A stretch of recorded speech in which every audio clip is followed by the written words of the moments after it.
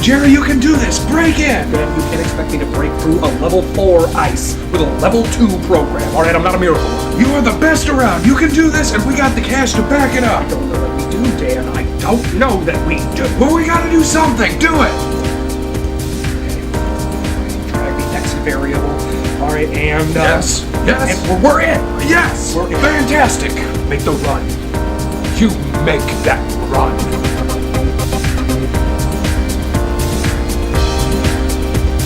He's crossed the second piece of ice, sir.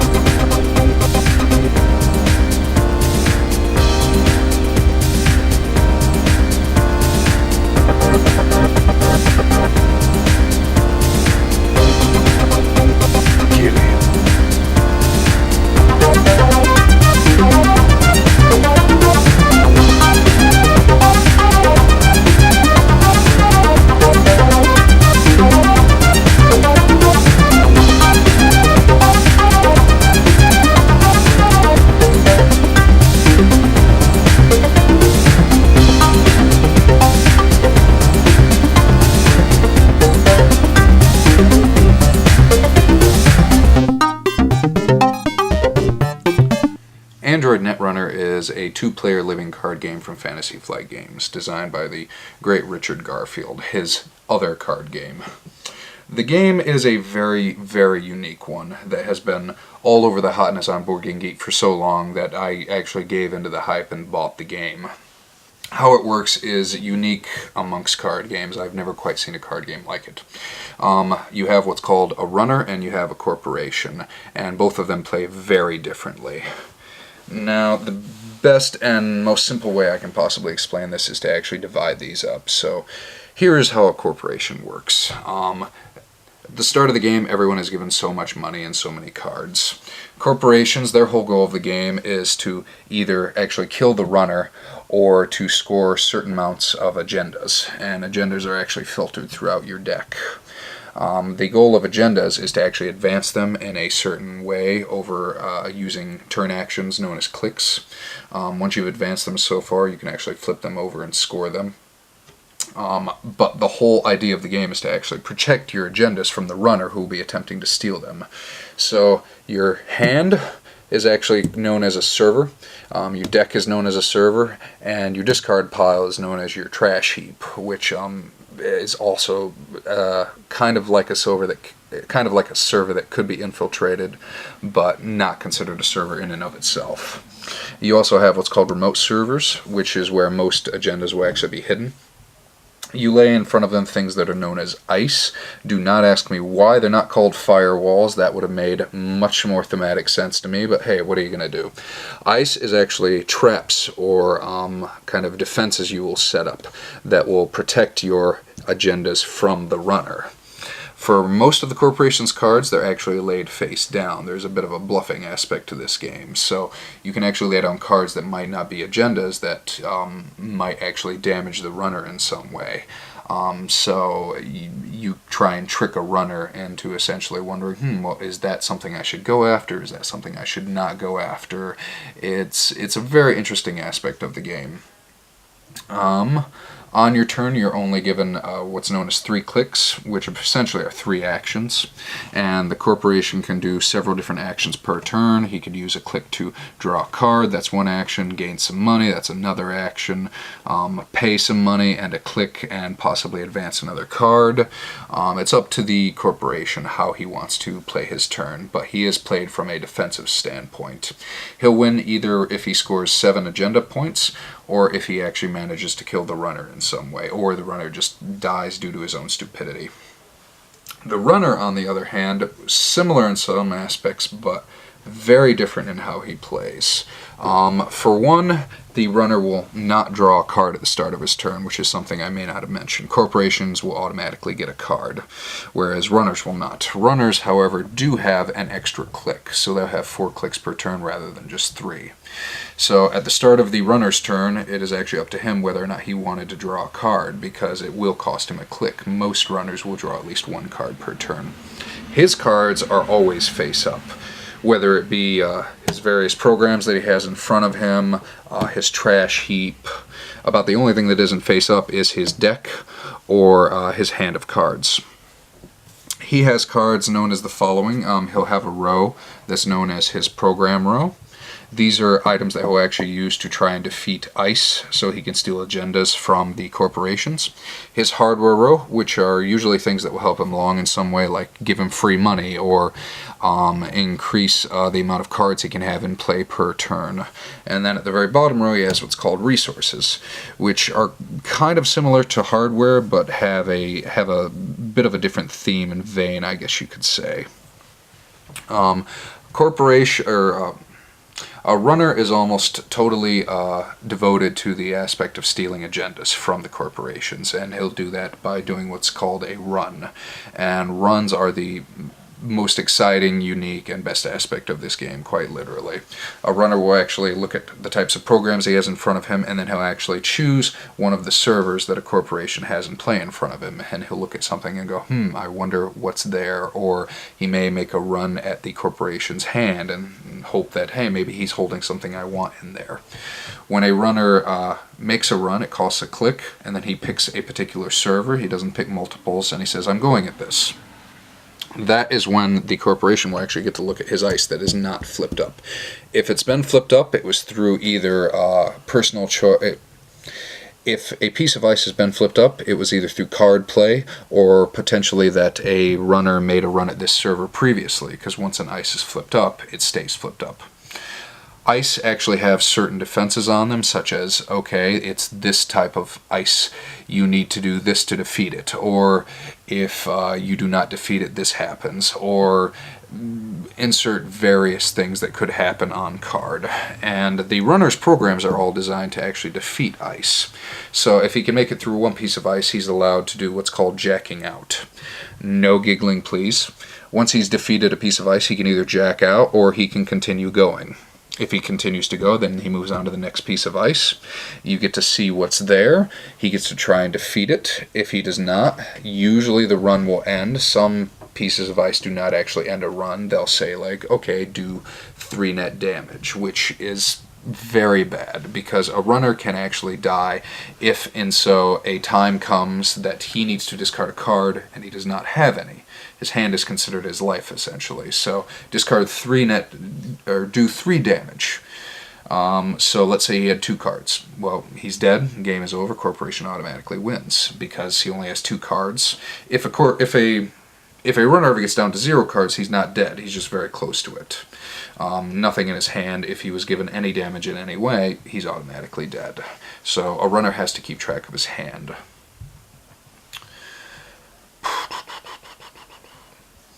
If a runner accesses an agenda from a remote server or from a hand or even the top card of a deck, he looks at it, reveals it, says, hey, this is an agenda. I'm going to be taking that many amount of points, sets it to the side, and that is his score for that particular turn. There are only so many agendas in the game, so they do become a bit of a hot commodity, because once corporations start to rack up points from agendas and runners start to rack up points from agendas, it'll get very close to each side winning, which is something to keep in mind. The game does have a bit of a built-in time limit. If the corporation ever has to draw a card, or goes to draw a card, and he does not have any, then the corporation actually does lose. So once you get close to the bottom of the deck, you know that the game may be over unless someone wins through either the runner dying or someone scoring agendas.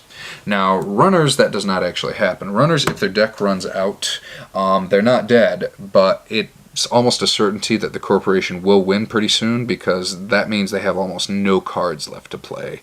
So it's only a matter of time until the corporation is going to rack up enough points, because the runner is going to run out of resources eventually. First one to 7 points is the winner.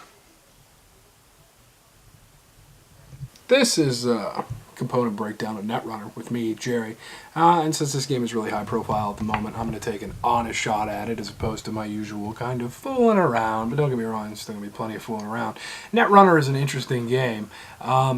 It's created by the same gentleman in charge of Magic, I believe, Magic the Gathering, and that's reflected a lot within the cards. It's a card game. That should be stated first of all. If you're expecting to get a board game, you will not. You'll be getting a card game in a box. That is the difference. All right, now there's some tokens and some certain things that differentiates it a little bit from a card game, but at the end of the day, this is a card game. All right. Now that gives you a lot of flexibility and obviously all the creativity is in the cards. Are these heavily decent stock cards? Not really. They're kind of flimsy, kind of thin, but all the creativeness and the development went into designing these cards. And it's a Fantasy Flight game, so a lot of things are done very super professional, which is nice. A lot of these characters are well thought out, extremely play tested, and everything kind of has a nice balancing effect, which is why I understand it's a very, very well rated game. Now, when we dive into the people we actually have, we have 3 people representing the runners, and we have 4 people representing the corporation, the people they are running against. These 3 characters have their different perks, their different ways of playing. Since it's a 2-player game, it gives you a lot of opportunities for varying it up. Of my 3 good guys, I have Noise, which essentially serve as the anarchists of this futuristic world. They do things purely for the sake of doing them. Then we've got Gabriel Santiago, being honestly the only minority I've seen in the game, representing the Blue Squad, or these guys are, I like to think of them as the money team, because essentially their hacks are derived from money. And then finally we've got Kate McCaffrey, representing the Green Squad. These guys are eco-terrorists, is essentially how you can think of them. PETA on steroids, or PETA with better technology.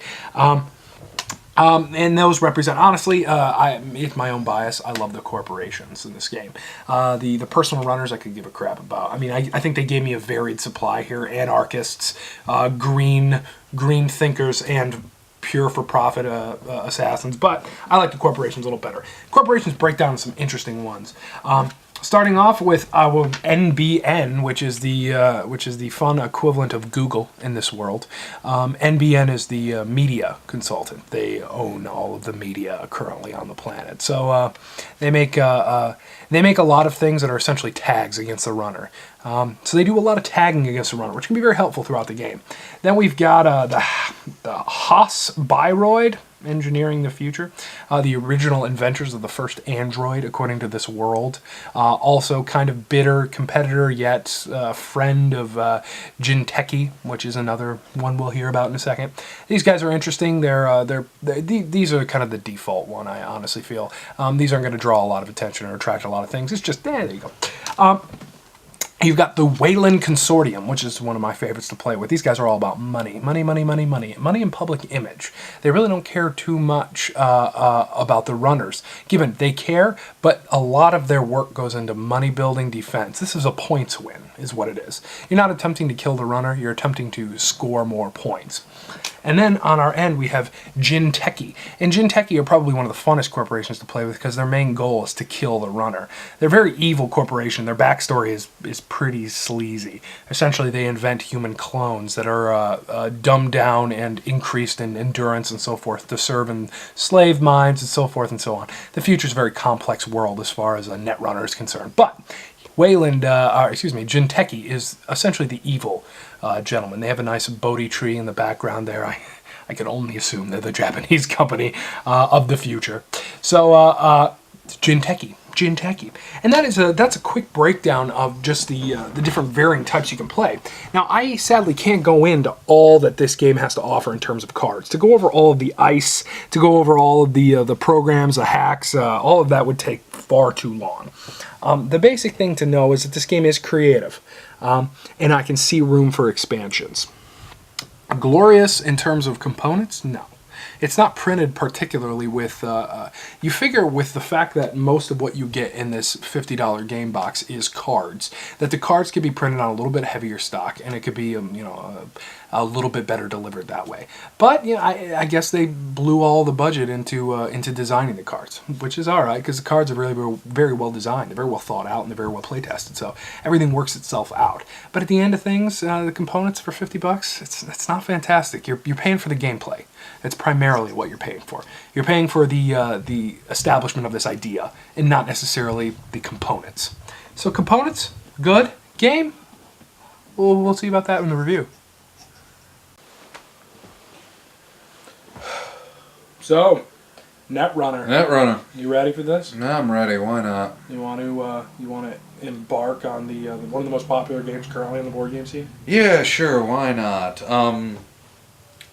Please, no hate mail. No hate mail. No to be hate fair, mail, we no. mostly do older games in terms of our reviews, mostly because we love those games and we feel they deserve a good review. And we own them. Yeah, we do. We're not big. Instantly buy it as soon as it comes out, guys. We're more haggle with the price at Gen Con type of guys. It's because we're poor. Yeah, we're poor and our resources are limited. Yeah, we have humble means. But we're going on. Okay. We're dogging it quite a bit. Netrunner, I might as well just come out and say it. Netrunner for me is a 7 out of 10.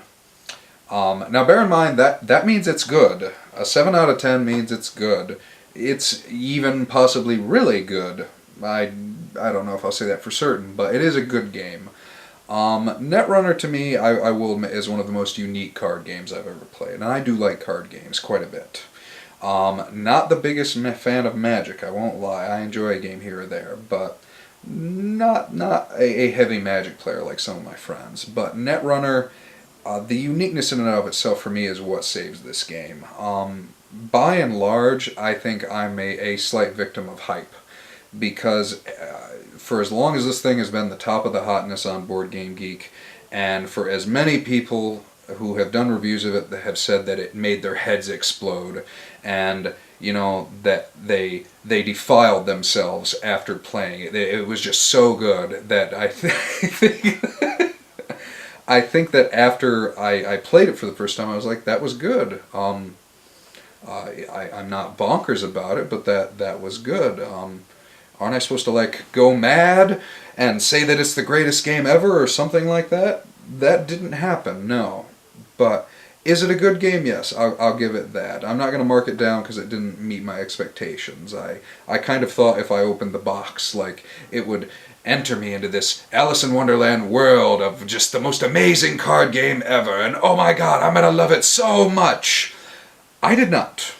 I liked it. It was good, and I can see myself playing it down the road, and I'm even interested in some of the expansions for it, or the card packs from the living card game. But greatest card game ever? No. Decent, good card game? Yes. 7 out of 10. I would arrive at the same place that I always arrive every time somebody ever tells me that there's a card game. Meh. Meh. Dominion. Meh.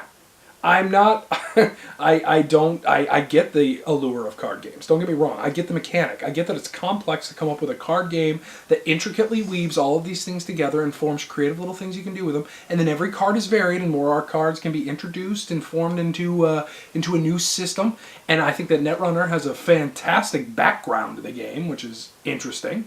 I love that. I love that there's basically a story that they've concocted behind the cards. It adds a depth level to the game that's enjoyable, but it's a card game. Meh. Like, that's what we keep arriving back to. I'm just not cuckoo over card games. Cuckoo for card games. I'm just not cuckoo for card games. I understand that there's creativity in the formation of cards. It's just I arrive at meh. So for this game altogether, I'm also giving it a 7 out of 10. It's well constructed, it's well conceived. It's set in a futuristic storyline that is fun to play. But can I see myself really wanting to play this? The 2-player limited ability already evens it out there. Me and Dan could play together, awesome. But past that, we can't break it out in the party game section. This is just a game for me and him when nobody else returns our calls. So that limits it a little bit. The fact that it's just a card game and the components are only, a little bit of money here and there and cards.